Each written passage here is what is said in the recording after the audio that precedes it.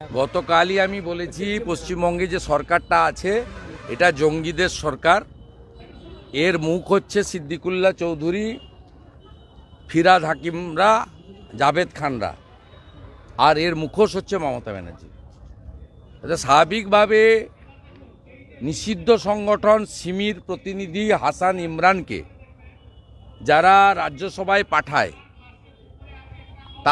তাদের সরকারকে আপনি কী বলবেন? এটা তো প্রমাণিত সত্য। বাংলাদেশের জঙ্গি ভোটার লিস্টের নাম উঠছে, ভোট দিচ্ছে।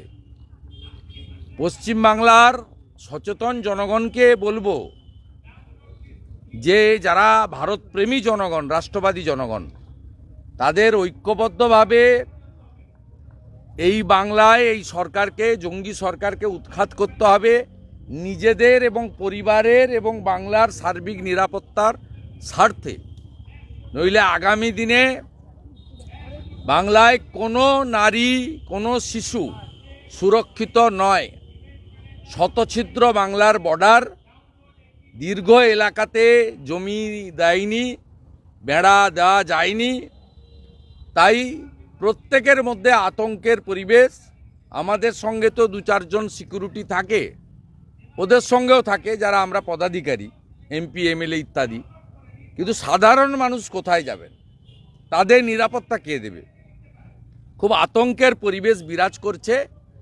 লোক যদি ভাবেন যে জঙ্গি ধরা পড়েছে মুর্শিদাবাদে, পূর্ব মেদিনীপুরের কি, জঙ্গি ধরা পড়েছে ক্যানিংয়ে, নদিয়ার কি, তাহলে ভুল করবেন।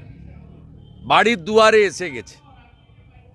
এর আগে আমরা দুয়ারে সরকার শুনেছিলাম, এখন দেখলাম দুয়ারে জঙ্গি। বাংলায় কি খিলাফত করার লক্ষ্য ছিল এই জঙ্গিদের?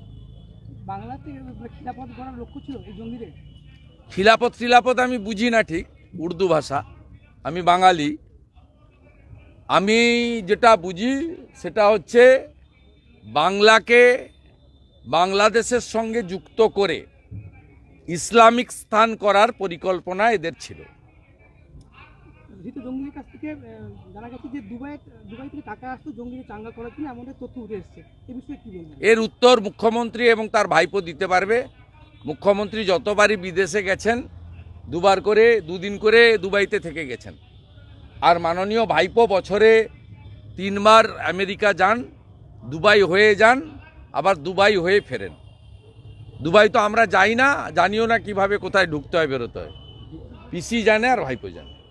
আরাকান সেনারা যেভাবে আক্রমণ করছে, অনেক রোহিঙ্গারা দেশ ছাড়া হচ্ছে। তারা কি আরাকান সেনারা যেভাবে আক্রমণ করছে, রোহিঙ্গা পালাচ্ছে দেশ ছেড়ে, পশ্চিমবঙ্গকে তারা টার্গেট করতে পারে? এটার জন্য ভারতবর্ষের পররাষ্ট্রমন্ত্রী জয়শঙ্করজি যথেষ্ট। এটা আমার কাজ নয়। আমি একটি জাতীয় দলের একজন নির্বাচিত প্রতিনিধি। আমার লেভেলে যেটা বলার আমি বলেছি, এবং আমি আবারও বলছি, দিল্লির এলজি, দিল্লি পুলিশকে দিয়ে যেভাবে রোহিঙ্গাদের খেদিয়েছেন, বাংলায় খুব প্রয়োজন। বাংলাতেও এই রকম সরকার আপনারা আনুন, যিনি যোগীজির মতো সুশাসন দেবেন আর গুজরাটের মতো শিল্প আর কর্মসংস্থান দেবেন। বি আর আম্বেদকরকে কটু মন্তব্য করার জন্য অমিত শাহর বিরুদ্ধে সারা রাজ্য জুড়ে তৃণমূল মিছিল করছে। তৃণমূল তো কংগ্রেসের একটা ভাঙা অংশ। সেই তৃণমূলের মানে কংগ্রেসের কোনো অধিকার নেই বাবা সাহেবকে নিয়ে আন্দোলন করার।